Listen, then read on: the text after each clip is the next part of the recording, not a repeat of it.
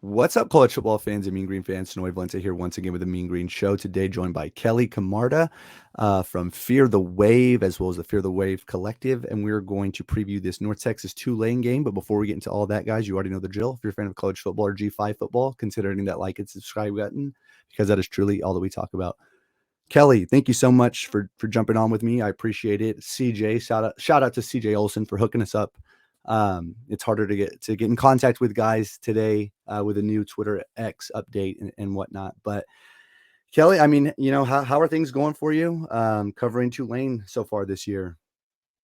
Pretty good. I wish we'd have had Michael Pratt the whole season. Wish he'd been healthy the whole time. I would have loved to see him play against Ole Miss, but so far so good. You can't complain about being 5-1, 6 games in. I think if you'd have told most Tulane fans that at the beginning of the season, they'd have been happy. Yeah, and, kind of speaking on Michael Pratt, specifically, what has he meant to Tulane, the university as a whole, and just things he's accomplished, but also what does he bring to this offense? Well, he's a 4-year starter. Anybody who started, close to 40 games in his college career is going to bring a lot of poise, a lot of leadership. He's somebody that, they trust implicitly in this offense, and they put a lot on his shoulders, to get in and out of plays and to make plays with his feet when need be. He's a guy that, has the confidence of all the players around him. He's really been the leader of the offense the last couple of years. Offensively, who else does Tulane have that North Texas fans need to be concerned with? So Tulane traditionally, especially under Willie Fritz, has not had a very strong receiving core. The last couple of years, that's changed, and this year, I think they probably have their best stable of receivers. We've got 3 or 4 guys that have elite speed. On the outside, you have Lawrence Keys, who's a Notre Dame transfer, as well as Yule Keith Brown, who's a transfer from Texas A&M. Those guys are fairly similar. 5'10", 5'11" guys who can really, really scoot. On the outside, you have a guy who's actually from Texas named Chris Brazel, a 6'5", 190-pound redshirt freshman who had 100 yards receiving against Memphis last week. He's a big play threat.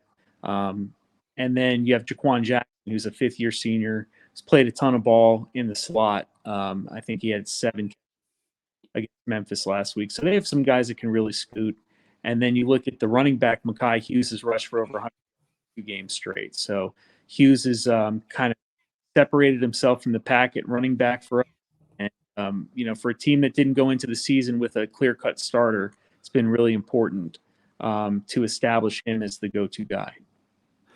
North Texas defensively has struggled immensely stopping the run. Do you anticipate Tulane kind of playing to North Texas' weaknesses up to this point and being aggressive with the run game? Well, that falls in line with what Willie Fritz's philosophy is. He's really a run-first coach. Up until last year, and even last year, I mean, he's been about 60-40 run to pass. Tulane likes to establish the run on offense, so that sets up play action, sets up opportunities for big plays in the passing game. But when it comes down to it, if they can hand the ball off and lean on you 40, 50 times a game, that's what they really want to do. I mean, I know I didn't mention them in the players you need to be concerned with, question, but Tulane's strongest on both lines, offensive line and defense. They returned 4 out of 5 starters on the offensive line, and the 5th starter is a transfer from LSU who started, double-digit games in the SEC. So it's a very strong, very, senior-laden offensive line. You think it's a fair assumption to say they'll come out running until North Texas can stop it? I do. I think they'll try to get Michael going a little bit too. I think they try to be balanced as much as they can. I wouldn't be surprised if you see them try to get Pratt into a rhythm early, while also running the ball their fair share. They want to keep you honest. Want to keep they want to draw a safety down into the box if they can, and they want to take shots. But they want to keep Pratt engaged and in rhythm if they can as well. Defensively, what are some of Tulane's biggest strengths? Just like on offense, it's a defensive line. defensive line has really come to play this year. They're holding opponents to 77 yards rushing. The biggest kind of cog in that wheel is Patrick Jenkins, who's a transfer from TCU on the interior defensive line. He's got 4.5 sacks and I think 9 tackles for loss. He's been a real factor for us in every game. I think last week he had 8 or 9 hurries, pressures in 40 pass rush attempts. On the outside, you have Keith Cooper, who is a junior, I believe from the Dallas area, 6'5", 275.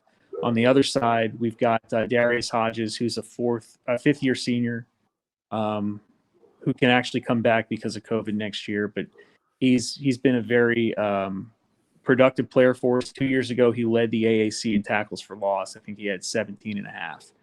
And then the other defensive tackle positions have been very strong.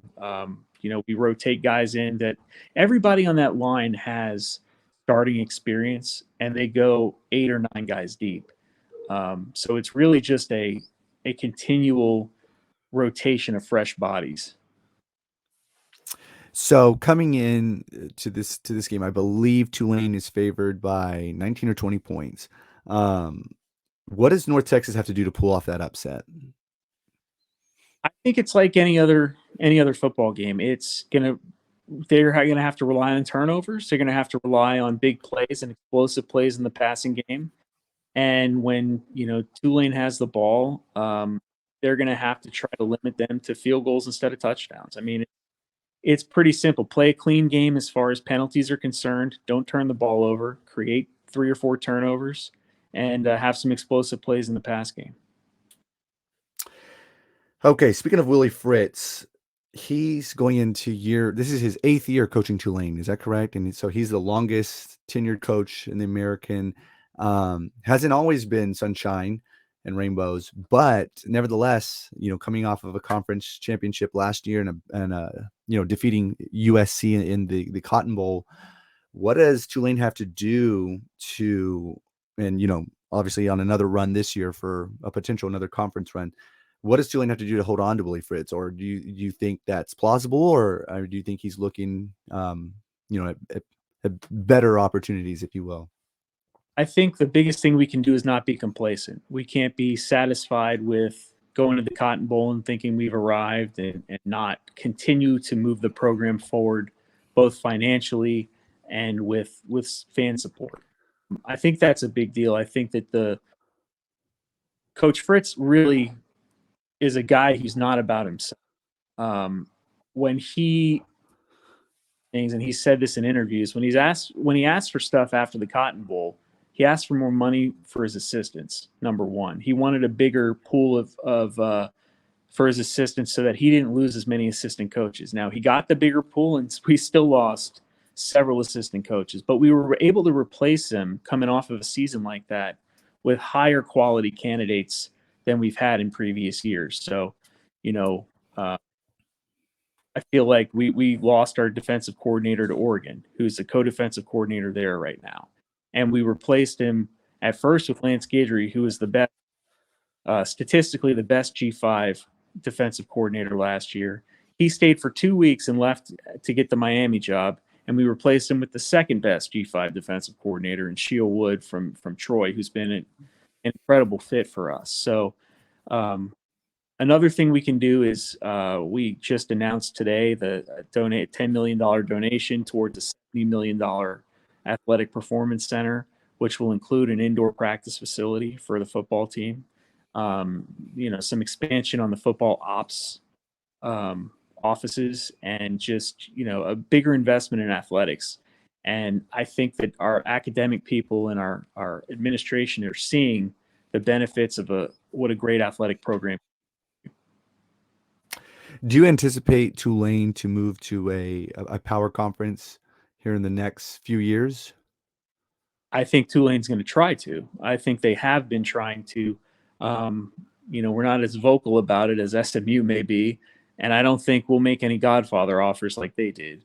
But I think that is actively on the university's mind, fan base's mind. But you have to be attractive, and to be attractive, you have to have success in the field. And so we have to continue to build upon the success of last year, continue to raise money, continue to do the things that these other conferences want to see you do, so that you don't go into a bigger conference and become a doormat. So I think that's what we're doing. But right now we're in the middle of an athletic director search. Our athletic director left last Saturday to take the job at Washington. So, I think a lot of people's eyes are on that search right now. And depending on who eventually comes out of that and becomes our next athletic director, that'll kind of inform, what conference ties they might have, what experience they might have. You talked about the Big 12 versus the ACC a little while ago before the podcast. I mean, a lot of what we will try to do in our strategic decisions moving forward will probably be based in part on who's the new athletic director. Last question for you. You got a score prediction for the game? I wanted to have a more informed decision, or more informed opinion on this, because I just started watching. I watched the North Texas game this weekend. I just started rewatching. I go through every week and I rewatch our opponent's previous games. So I watched the Abilene Christian game today a little bit. I actually watched some of the Cal game live when you played Cal. So, I think this is a really tricky game to handicap, because you don't know how Tulane's going to come off of this Memphis game and whether there's going to be a letdown after that. It's also homecoming for us, and sometimes weird stuff happens on homecoming weekend. And North Texas got a lot of confidence this week, taking it to Temple. So if I had to guess today, I would guess 45-21. That would be, and I'll say it with this caveat. It's really difficult moving up in conference stature in year one. Even though North Texas is going to win a couple games in conference play, they're going to win a few games. You're going to lose some games at first, either by a wider margin or games that you feel like you should have won, and games you have a chance to win, just because the teams you're playing have been playing better competition on a week-to-week basis.